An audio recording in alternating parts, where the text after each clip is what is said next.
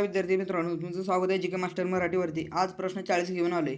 महाराष्ट्राच्या विकासावर आणि महाराष्ट्राच्या प्रकल्पावर काय काय नवीन नवीन उद्योग आणि नवीन प्रकल्प झालेले, मुंबई ते लोणावळा ते पुणे हे झालेला प्रकल्प, त्याच्यावरती आधारित प्रश्न घेतलेले आहेत. चला तर सुरुवात करा. सुरुवात करण्या अगोदर व्हिडिओवर नवीन असाल तर लाईक आणि सबस्क्राईब करायला विसरू नका आणि तुमच्या मित्रांना पण शेअर करा.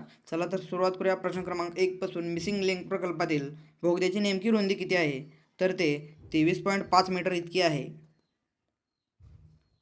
प्रश्न क्रमांक 2. मिसिंग लिंकमुळे प्रवासातील भोरघाट किती किमीने कमी झाला आहे? तर तो 6 किलोमीटरने कमी झालेला आहे. प्रश्न क्रमांक 3. मिसिंग लिंकमध्ये केबल स्टँड पुलाची उंची किती मीटर आहे? तर ती आहे 180 मीटर.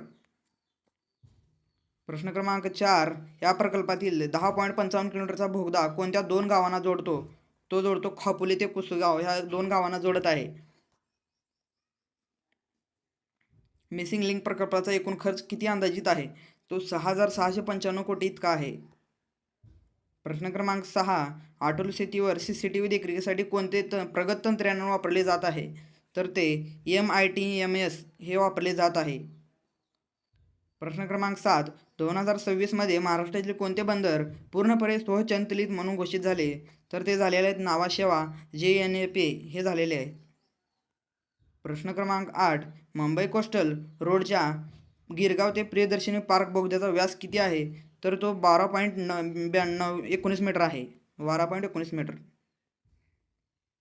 प्रश्न क्रमांक 9. शक्तिपीठ महामार्ग महाराष्ट्रातील किती शक्तिपीठांना जोडणारा आहे? तर तो 3 शक्तिपीठांना जोडणार आहे. प्रश्न क्रमांक 10.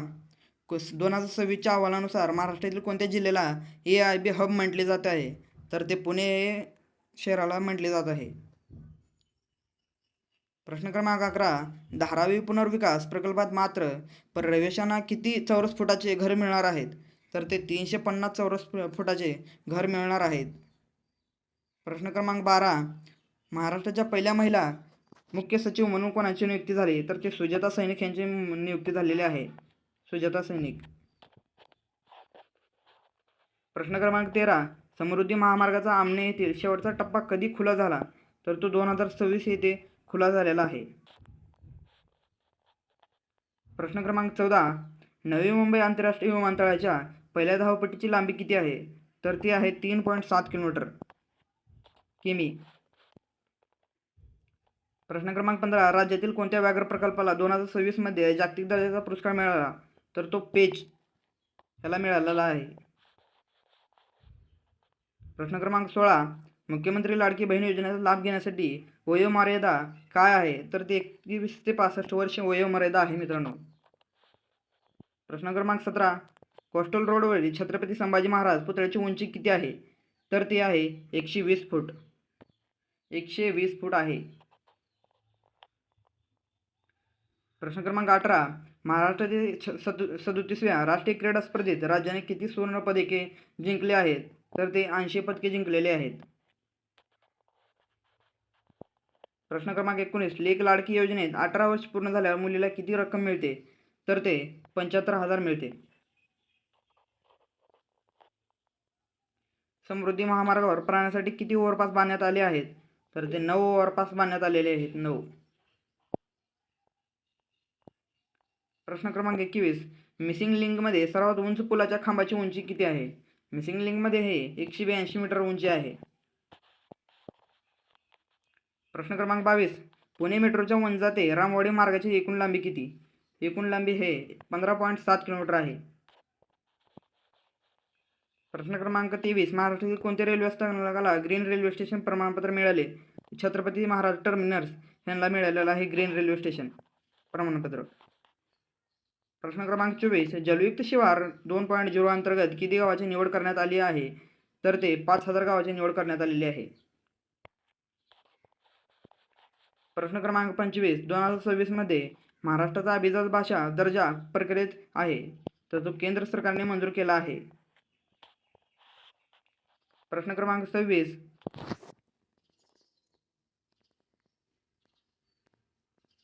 राज्यातील सौर धोरण 2026 नुसार किती मेगावॅटचे लक्ष्य आहे? तर ते 17,000 मेगावॅटचे लक्ष्य आहे. वंदवन बंदर कोणत्या तंत्रज्ञानावर आधारित बांधले जात आहे?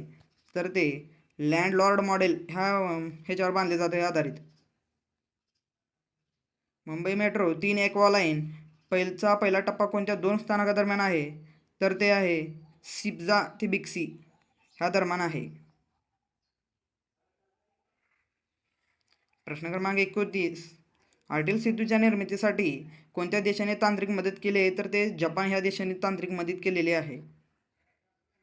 प्रश्न क्रमांक 30.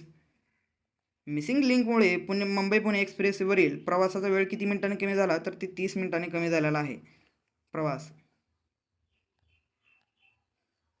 महाराष्ट्राचे सध्याचे राज्यपाल CP राधाकृष्ण हे कितवे राज्यपाल आहेत? तर ते 21वे राज्यपाल आहेत. 21वे. प्रश्न क्रमांक 22. नमो शेतकरी योजनेचा हप्ता कोणत्या प्रणालीद्वारे दिला जातो? तर ते DBT ह्या प्रणालीद्वारे दिले जात आहे. प्रश्न क्रमांक 33. 2026 मध्ये महाराष्ट्र भूषण कोणाला जाहीर झाला? तर तो अशोक सराफ यांना महाराष्ट्र भूषण जाहीर झालेला आहे. प्रश्न क्रमांक 34. मुख्यमंत्री युवा कार्य प्रशिक्षण योजनेत पदवीधर तरुणांना किती विद्या वेतन मिळत आहे? 10,000 विद्या वेतन मिळत आहे. प्रश्न क्रमांक 35. मुंबईतील कोस्टल रोड प्रकल्पाची एकूण लांबी किती किलोमीटर आहे? तर ते 29.2 किलोमीटर आहे. 29.2 किलोमीटर. प्रश्न क्रमांक 36. राज्यातील पहिले स्मार्ट गाव म्हणून कोणत्या गावाची ओळख आहे? तर ते पाचोडा या गावाची ओळख झालेली आहे. प्रश्न क्रमांक 37. मिसिंग लिंक प्रकल्पाचे काम कोणत्या कंपनीने प्रामुख्याने केले आहे? तर प्रामुख्याने करणारी हे कंपनी एफकॉन्स हे आहे. प्रश्न क्रमांक 38. महाराष्ट्रातील कोणत्या शहराला पूर्वेकडील ऑक्सफोर्ड म्हटले जात आहे? ऑक्सफोर्ड हे पुणे हे म्हणले जात आहे, पुण्याला.